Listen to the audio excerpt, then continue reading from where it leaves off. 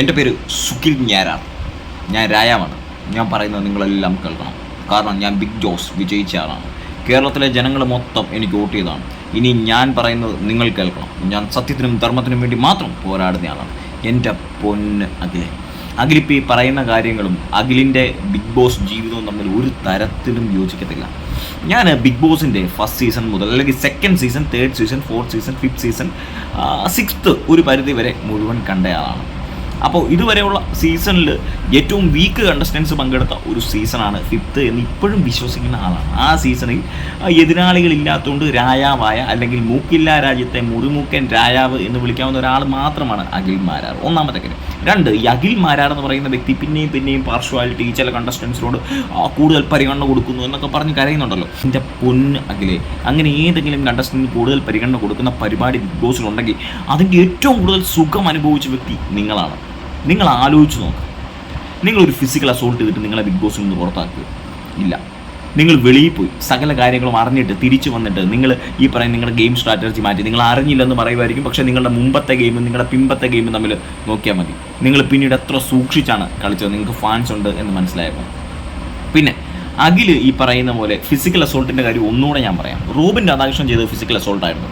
ഞാൻ റോബിനെ ആ സീസണിൽ പിന്തുണച്ച ആളല്ല. റോബിൻ ചെയ്തത് ഫിസിക്കൽ അസോൾട്ട് അല്ലായിരുന്നു. റോബിൻ ഡിഫെൻഡ് ചെയ്യാൻ മാത്രമാണ് നോക്കിയത്. രജിത് കുമാർ അതായത് രജിത് കുമാർ ഒരു ഗെയിം കളിക്കുന്നതിൻ്റെ ഭാഗമായി ഒരു തമാശ ചെയ്താണ്. അത് രണ്ടും വെച്ച് നോക്കുമ്പോൾ നിങ്ങൾ ചെയ്തതാണ് ഫിസിക്കൽ അസോൾട്ട്, നിങ്ങൾ ആ ഷോയിൽ ചെയ്തതാണ് ഫിസിക്കൽ അസോൾട്ട് എന്ന കാര്യത്തിൽ കണ്ട എല്ലാവർക്കും അറിയാം. പിന്നെ നിങ്ങൾ തന്നെ പറഞ്ഞല്ലോ, ബിഗ് ബോസ് കൺഫെഷൻ റൂമിലോട്ട് വിളിച്ചിട്ട് നിങ്ങളോടും ജൂനിയേഴ്സിനോടും സംസാരിച്ചു, പുറത്താക്കുകയാണെങ്കിൽ രണ്ടുപേരെയും പുറത്താക്കുമെന്ന് പറഞ്ഞത്. എന്തുകൊണ്ട് ആ നടപടി ഈ പറയുന്ന റോബിൻ രാധാകൃഷ്ണൻ്റെ കാര്യത്തിൽ വന്നില്ല? എന്തുകൊണ്ട് വന്നില്ല? റോബിൻ രാധാകൃഷ്ണൻ എന്താ പരിഗണന കൊടുക്കാഞ്ഞേ? നിങ്ങളെ പ്രൊട്ടക്റ്റ് ചെയ്തു. നിങ്ങൾ വെളിയിൽ പോയി എല്ലാം അറിഞ്ഞു. നിങ്ങൾക്ക് വയ്യായിരുന്നു, നിങ്ങൾക്ക് സ്പെഷ്യൽ ഫുഡ് തന്നില്ലേ? നിങ്ങളെ സുഖകരമായിട്ടല്ലേ അവിടെ വസിപ്പിച്ചേ? അപ്പോൾ ഈ പറയുന്ന കൂടുതൽ പരിഗണന കിട്ടുകയാണ്. ബിഗ് ബോസിൻ്റെ ചരിത്രത്തിൽ ഏറ്റവും കൂടുതൽ സ്പെഷ്യൽ കൺസിഡറേഷൻ കിട്ടിയ വ്യക്തി അഖിൽ മാരാറാണ്. അപ്പോൾ അഖിൽ മാരാർ സ്പെഷ്യൽ കൺസിഡറേഷൻ്റെ കാര്യമൊന്നും പറയണ്ട. പിന്നെ നിങ്ങളിപ്പം വിചാരിക്കുന്നത് ഒരു ഷോ വിജയിച്ചെന്ന് വെച്ച് നിങ്ങൾ ഇവിടുത്തെ രാജാവാണെന്നോ? നിങ്ങളൊന്നും അല്ല അഖിലേ. ഒരു ഷോ വിജയിച്ചെന്ന് പറഞ്ഞ് ഇവിടെ രാജാവ് കളിച്ച് ആറ്റിറ്റ്യൂഡ് ഇട്ട് നടക്കേണ്ട കാര്യമൊന്നുമില്ല. നിങ്ങൾ ആറ്റിറ്റ്യൂഡ് കാണിക്കാതിരിക്കും, അത് നിങ്ങളുടെ പേഴ്സണൽ കാര്യം. സ്റ്റിൽ നിങ്ങൾ രാജാവാണ്. ഞാൻ പറയുന്നത് എല്ലാവരും കേൾക്കണം. കേരളത്തിലെ ജനങ്ങൾ മൊത്തം ഞാൻ പറയുന്നത് ഒന്നുമില്ല അഖിലേ. നിങ്ങൾ എക്സ്പോസ് ആകാൻ പോകുന്നേ ഉള്ളൂ. നിങ്ങളുടെ തനിക്കുണം വെളി വരാൻ പോകുന്നേ ഉള്ളൂ. ഇപ്പം മൂക്കില്ല രാജ്യത്ത് മുറിമൂക്കനായിട്ട് അഹങ്കാരമായിട്ടാണ് നിങ്ങൾ മുൻപോട്ട് പോകുന്നത്. പിന്നെ മറ്റേ ആൾ സിബിൻ്റെ കാര്യത്തിൽ ഞാൻ ആ ഷോ കണ്ടയാളാണ്. എനിക്ക് ഈ സീസണിൽ ഏറ്റവും ഇഷ്ടമുള്ള ആൾ സിബിനായിരുന്നു. കഴിഞ്ഞ സീസൺ അഖിൽ മാരാറാണ്. അഖിൽ മാരാർ വോട്ട് ചെയ്ത ആളാണ് ഞാൻ.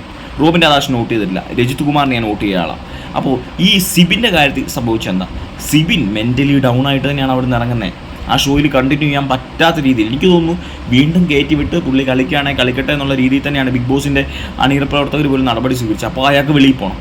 അയാൾ നിർബന്ധിച്ച് തന്നെ വെളിയിൽ പോയതാണെന്നാണ് എനിക്ക് കണ്ടതിൽ നിന്ന് മനസ്സിലായി. എനിക്ക് അതിൻ്റെ കൂടുതൽ കാര്യമൊന്നും അറിയത്തില്ല. ഇപ്പോൾ സിബിൻ ചെയ്യുന്ന കാണുമ്പോൾ എനിക്ക് തോന്നുന്നത് മറ്റേ ഒരു പഴഞ്ചൊല്ലുണ്ടല്ലോ, കിട്ടാത്ത മുന്തിരി പുളിക്കും. അപ്പോൾ കിട്ടാത്ത മുന്തിരി പുളിക്കുന്നതിൻ്റെ ഒരു ബുദ്ധിമുട്ടായിട്ടാണ് എനിക്ക് തോന്നുന്നത്.